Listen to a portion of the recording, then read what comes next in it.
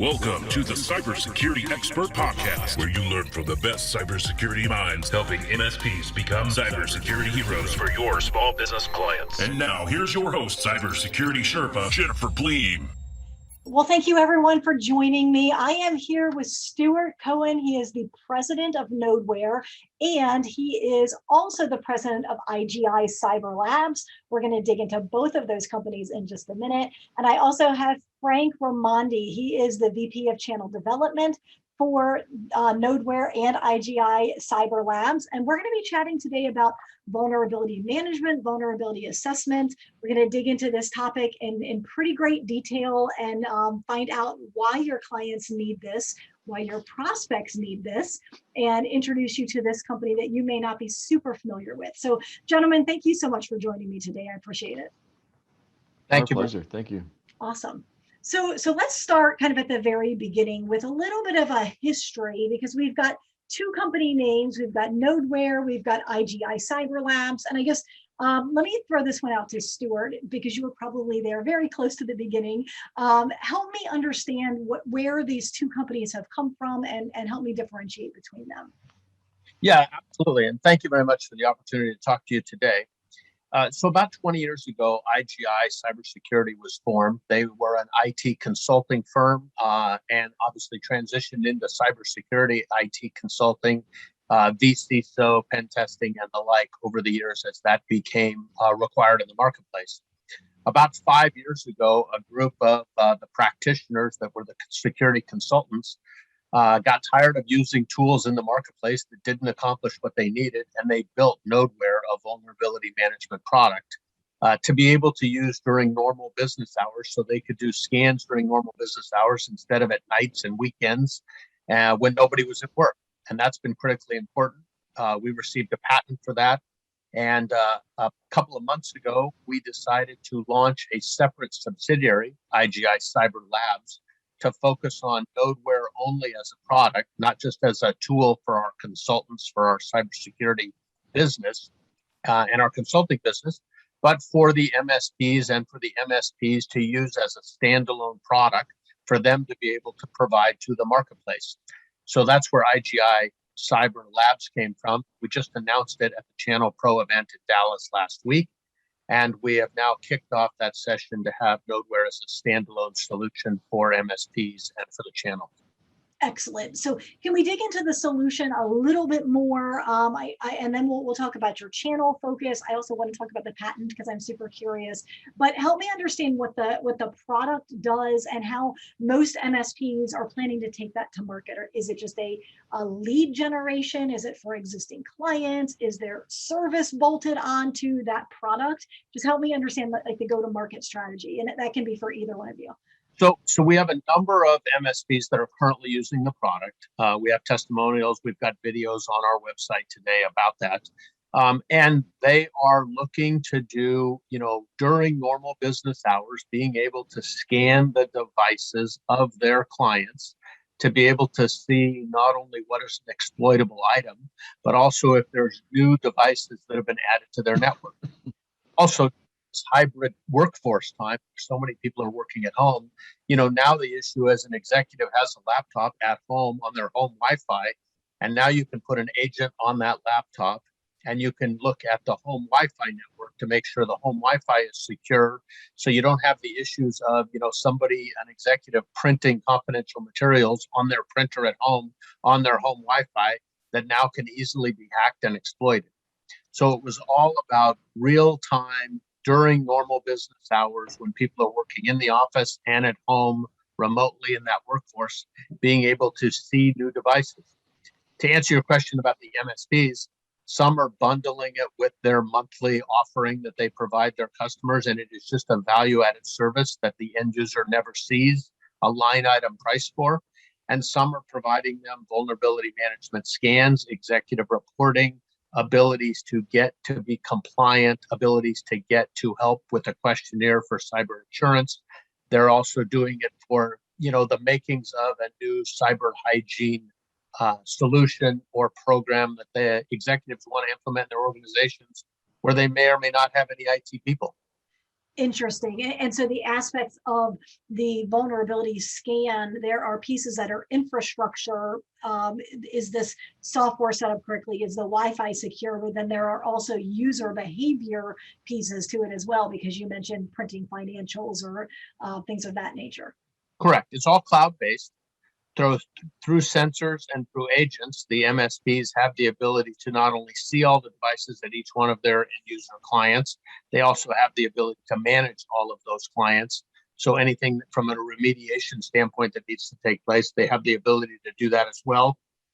And they can negotiate how they want to do that with their own clients, or with the help of IGI consulting services, if that's something they're interested in. So it gives the MSP complete flexibility. So what about on the side of shadow IT? So you've already mentioned, okay, we've got devices that we hadn't seen before, which is super valuable, obviously, if someone is charging by device and all of a sudden there's an extra device that I didn't know existed. What about software that perhaps isn't approved or they didn't know was there? I'm thinking like Dropbox. So if that... all the above. Okay, fantastic. All the above. Operating systems, applications, devices, and the like. Wonderful. Okay, and you've already mentioned a few times MSPs, and so Frank, I think you had something to add, and then address your channel posture. Well, I was going to say one of you kind of mentioned, and we've seen a lot of, or talked to a lot of MSPs looking at this as a potential prospecting tool, right? So the customers, their small medium customers think they have security, or they think they protected, or they didn't. There's kind of this rule of thumb. They might think they might have 50 employees and they might think they have 75 assets on the network, just 1.5 each. Well, it turns out they can do a test scan, or they can do a trial with their customer that we generously provide out and make available. But they end up finding 125, 150 assets on that network. When you add the different printers, you add the phones, you add anything that else that's on that network, and so the MSP can do two things. One is can say to the customer, hey, here's a sample report of something we can do with this Nodeware product. And, we're seeing a lot of vulnerable items, and we're seeing a lot of extra items that you didn't know about.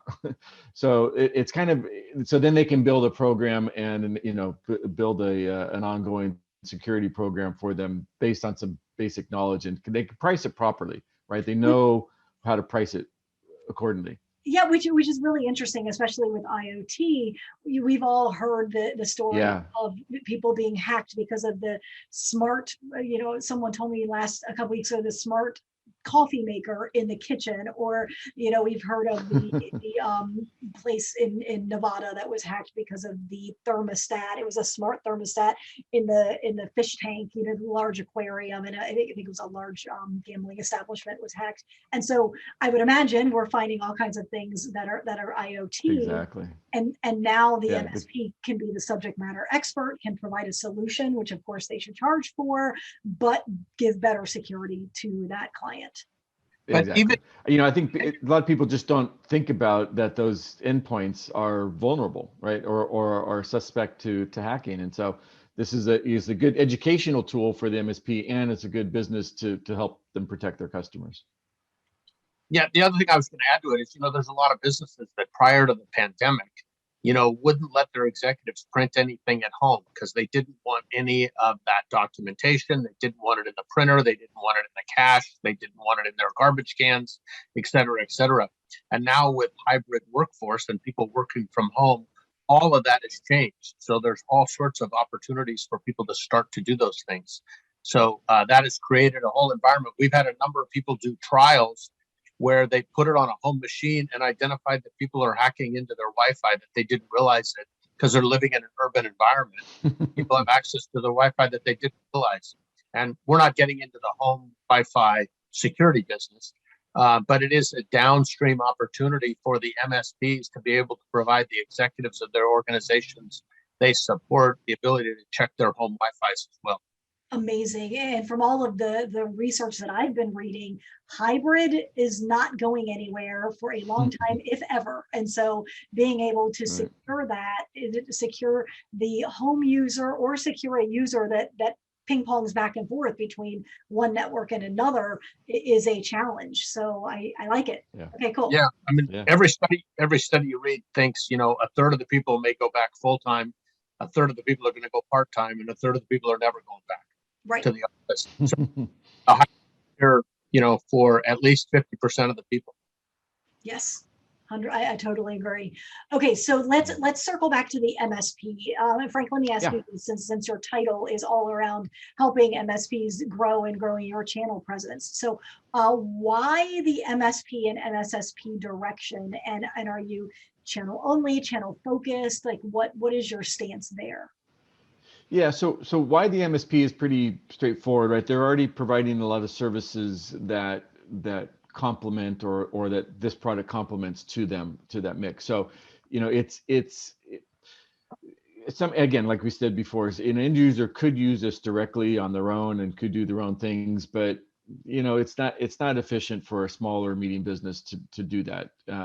They might see it, but then what do they do about it, right? So the managed service provider is providing those services, right? They are, whether it's backup disaster recovery or antivirus, other endpoint securities or firewalls, and this is just a great complement into that mix that they're already providing. So it I don't know, it just makes sense. There are partners that maybe aren't providing managed services that could resell this as a standalone that they can do themselves.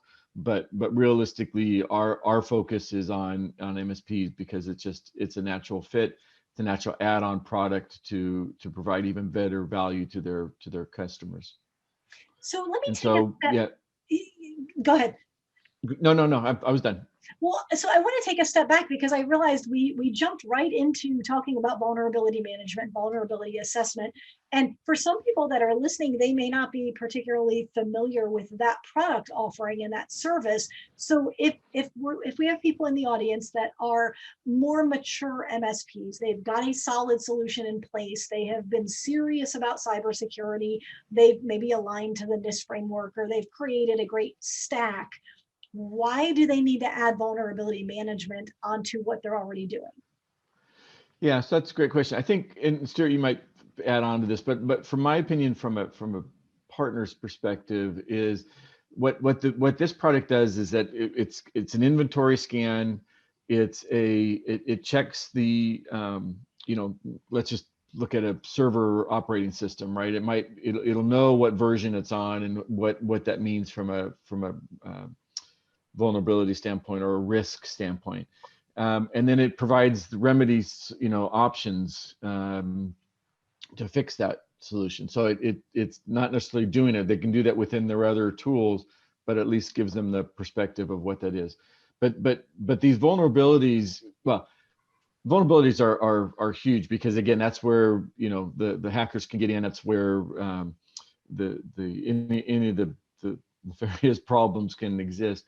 The value add in particular where this is, in other cases, there are other products out there that can do this kind of scanning, but generally they do it once a day at the end of the day when traffic's low, because most of the products are very heavy burden on the network traffic. And what's unique, and that's where the patent comes from, is that this is a very light demand on the network, so it can be running continuous, and the MSP can get an alert. Let's say that there's a new device that gets onto the network, or somebody turns on a new camera or new account somewhere. They get the alert. They say, okay, is this legitimate? They can drill down onto it within the portal and within their interface, and they can figure it out quickly, right? Rather than waiting for that once a day or whatever. So there's some immediacy to the solution here that's important. Okay, great. Yeah.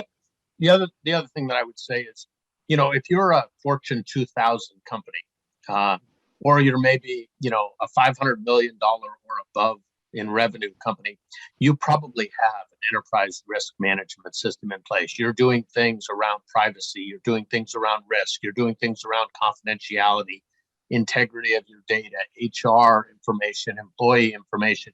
You have a fully integrated enterprise risk management profile and risk management solution and scenarios that you're working towards. So, and there are a ton of products out there that do that, and we are not competing in that space.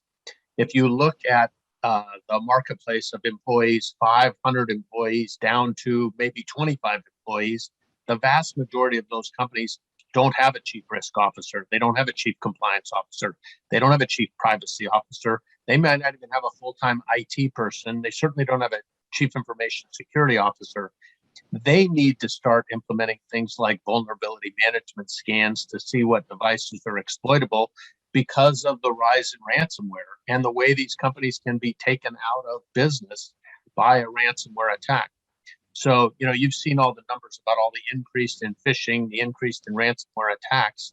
That is why at this size customer, 25 employees to 500 employees, it's so critically important. And the vast majority of them don't have the time, they don't have the budget, they don't have the skills to be able to do it, which is why we've provided this easy to use product for the MSPs to provide to their clients at a very low cost, at a very easy to implement solution. It also feels like it has some direct application to companies that are being hit with CMMC and needing to get certified and wrap their heads around that, because everything you were saying about risk and compliance and getting that snapshot is very much, it's complex for the end user. It's complex for many MSPs as well. So this could be a way for them to deliver some level of compliance assistance without necessarily being a full-time compliance expert. So but it's exactly the way, people that used to take credit cards have to be PCI compliant. So they put in, Square, they put in something else to be able to accommodate that and thought that handled all of their PCI compliance. But in the meantime, they still have a lot of devices that potentially are exploitable and can cause them other problems. So yes. Whether the CIS 18, I know, which we're going to get to a webinar that we have coming up shortly, whether it's CIS 18, whether it's the stage 1 getting started with data gathering for the NIST framework, whether it's CMMC and government applications and Linux development and the like, there are a number of different ways people can get started just to begin to get on the road to compliance so they can make their investors, their board members, and their employees feel more comfortable that they're going to be okay. Amazing. Okay, great. So a lot of direct applications to the MSP world and what's happening right now with compliance, et cetera. Frank, you had something? Absolutely. Yeah, I was going to say, I think, the other piece that we provided is working with the tools that MSPs are already using, right? So we built in a lot of it. Nodeware has its own management portal for an MSP to go in and manage all their customers. So it's a multi-tenant solution where they can look at multiple customers in one pane of glass on ours. We also have all the APIs to connect into the ConnectWise and Autotasks and the other products easily, so that they're making it easier for them. And we're going to be focused on improving those tools even further and working with those providers. But in the meantime, I will never say easy because I don't do it, but there are tools available for an easy API transfer of the data into their existing tools. Okay, perfect. So Stuart, you hinted at the webinars, and I definitely want to talk about that because this is a bit of a unique approach that you're taking to educating the public, not just educating MSPs, but educating those small business owners and the SMB community. So I want to park there for a minute because this is a really interesting approach. So where did you come up with the idea for webinars? And then just explain that whole process to me, because this is pretty unusual. Well, it's a combination of a few things. So Chuck Brooks, who's one of the industry leaders and thought leaders around cybersecurity, he and I, Todd Fitzgerald, who's the author of the CISO Compass book, and a variety of other members of our advisory council, just said, there's a level of public service announcement that needs to be done around educating small businesses about the attacks that they're under and what are some simple steps they can do to help them be better. So as we started talking to different organizations, NIST was willing to help participate in one of those educational sessions. The Center for Information Security was interested in participating in one of those. The folks at Aon, to help people get ready for cyber insurance, were interested in helping. The folks at the MIT Sloan School of Business around cybersecurity are interested in educating on some of the work they've done for what small businesses can do. So we've had a variety of conversations, including folks, around how do hackers get into small businesses. So we're doing a series of these educational updates around how do small business leaders, take a few simple steps that can help their employees be safer and stronger? How do they work with their MSPs or their MSSPs to help them provide what they're looking for? And as I mentioned earlier, 85 to 95% of the company's 25 employees to 500 employees have never done a vulnerability management scan. They don't know what devices are exploitable. And as we talked about earlier, right, as IoT devices are coming more in the network and people are working more from home, they are much more at risk than they've ever been. And the number of attacks is increasing dramatically. So we're doing these educational series. We're providing our MSP partners a custom link. So anybody that they send a custom link to that registers for any of our webinars, we give all those leads back to that MSP. So we are trying to facilitate the MSPs being the delivery of Nodeware to every single one of the MSPs or every one of the small businesses. Okay, so let's dig into that just a minute, because when we talked about it initially, it wasn't a red flag that went up. It was more like a yellow flag. So it's interesting because you're super focused on the MSPs and the MSSPs and the channel, and yet you're bringing in small business owners and MSPs to educate them on what's needed to bring up their cybersecurity hygiene. So let's just kind of play this out. Let's say an accounting firm shows up to one of your webinars. They found a link, they saw an advertisement, what have you, they join, and then they reach out to you and say, hey, that was great educational information. Can you do a scan for me? Can we find out what's the status of my network? What do you do with that lead? What do you do with that company? Because they're not an MSP. So the first thing we do is we tell them, look, we can provide a free trial for you to scan your devices, to give you an executive summary, to give you a report, to give you, what devices are exploitable, what are vulnerable, and what are the next steps you ought to take. And when they say that would be great, the next step is, so who is your MSP that you use today? Or who is the MSSP that you use today? Because we want to work with them to provide that solution for you. Ideally, they have one. If they don't have one, they may recommend one or recommend one to us that they want to reach out to and contact. So our intention is to provide all of this through the MSPs. And we're going to do everything we can to do that. That is the channel we would prefer. That is the way we want to go to market with every single one of these solutions. By contrast, as I mentioned just a second ago, we're also giving our MSP partners the ability to invite people to the webinar with a custom link. So anybody that signs up through their marketing campaigns, their email campaigns, their website, all of those registrations will go back to that MSP for them to follow up on. And to just take that one step further, we had some MSPs who said this was a great idea. We were thinking about doing our own webinar series, but if you can get, Tony Sager from the Center of Information Security, we could never get them to do one for us as an MSP. If you could get Chuck Brooks or Ron Ross from NIST to do one, we could never get them.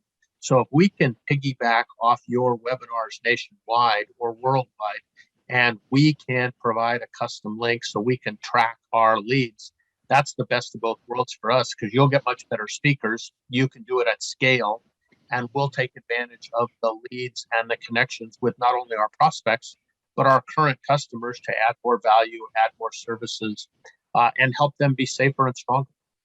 Amazing. Okay, I love it. And Jen, I think the other thing that we would add is, in where we have a partners, if an end user comes up and says, hey, I don't know somebody in my area, can you recommend? Right, we'll go to our stable of MSPs and say, hey, here's 5 guys in your area that attended and are interested. Give them a call. We clearly don't want to take the business direct. That's not our plan. That's not our intention, and we want to drive everything to the partners. I love it. Okay, good. Great answers from both of you. I appreciate it. Okay, so I know we have covered a lot. I appreciate you letting me dance around everything and dig into some of the concerns that the audience may have had.